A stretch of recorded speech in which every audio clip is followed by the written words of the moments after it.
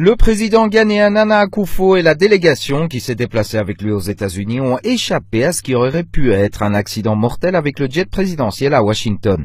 Selon certaines informations, l'incident est survenu à la suite d'une panne de moteur du jet présidentiel et les rapports ont expliqué que l'un des moteurs de l'appareil s'était éteint 30 minutes après le décollage. L'avion a dû effectuer des cercles au-dessus de la capitale américaine pendant un certain temps pour faire baisser sa réserve de carburant avant d'effectuer un atterrissage assisté. Le président était aux États-Unis pour la 73e Assemblée générale des Nations unies le 26 septembre 2018, donc le président Akufo-Addo s'est adressé à l'Assemblée générale des Nations unies. Le président de la République est de retour de son voyage aux Nations Unies, a déclaré Kojo Oppong Nkrumah, ministre de l'Information, lors d'une conférence de presse. Il a ajouté que le président et son entourage étaient finalement revenus au Ghana à bord d'un vol commercial de la compagnie South African Airways.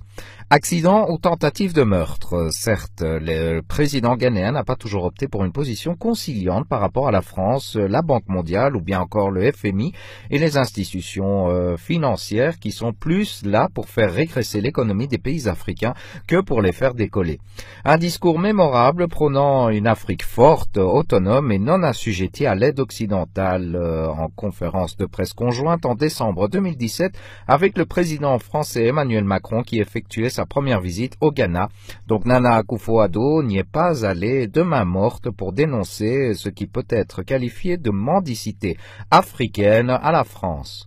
Mais ce n'est pas tout, les aides du FMI ou de la Banque mondiale refusées donc par le président ghanéen, comme il a opté pour des réformes au sein de son propre pays pour ainsi relever et apporter un nouveau souffle au sein de son gouvernement et au sein de l'économie de son pays.